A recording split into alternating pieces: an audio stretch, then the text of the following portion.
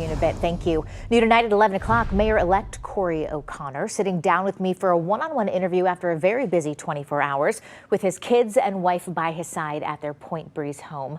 O'Connor shares what this victory means to him and what his plans are now that it's time to get to work. Pittsburgh Mayor-elect Corey O'Connor and his wife Katie are no strangers to a busy life. 2, 3, let's see how far you jump. Whoa! Emma, you want to turn? High five. With 2 young kids and 2 dogs running around, the 41-year-old says his family's support as he gets ready to step into his new role as mayor means everything.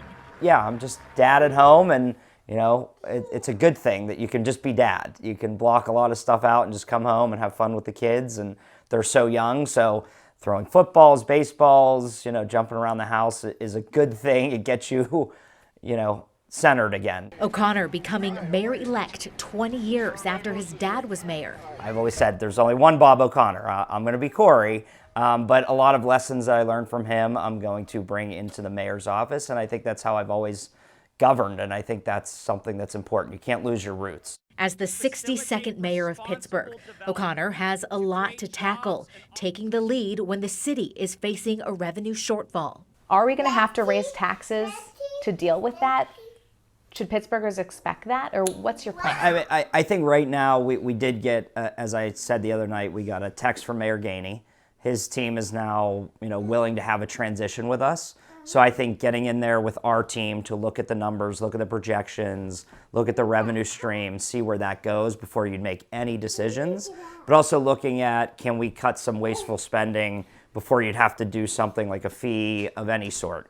But right now, I think we're eager to get in and see the numbers and go from there. Another big agenda item, finding Pittsburgh a new police chief. I hope by December we can name somebody. You know, I don't know if it's December 1st, but try to get as close to that as possible, because you can do a lot of background work in that month, and he or she can come in and talk to the rank and file, talk to the current command staff, see what they're seeing, see what we could build upon. But I don't want to do a national search that wastes taxpayers' money. I think we need somebody that understands Pittsburgh. Maybe they're currently here, maybe they've retired, maybe they've left and want to come back. But I think you need somebody that knows Pittsburgh day one, and it won't take 6 months to figure out how to get around this city. And our city will be in the national eye with the NFL draft this coming April. Do you think the city will actually be ready, and how can the mayor help move things forward?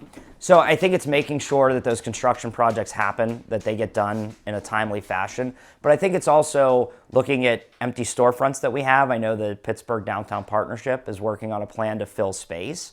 And that's why last night when we spoke, we need all of you too. We need all Pittsburghers to come on board, not just for the draft, but to grow in the future. So if you have a startup, whether it's a shop, a restaurant, you're a young artist, you know, you're a musician, is there any way, there's a unique way you could fill some of our storefronts, not just for the draft, but also to promote yourself while you're downtown?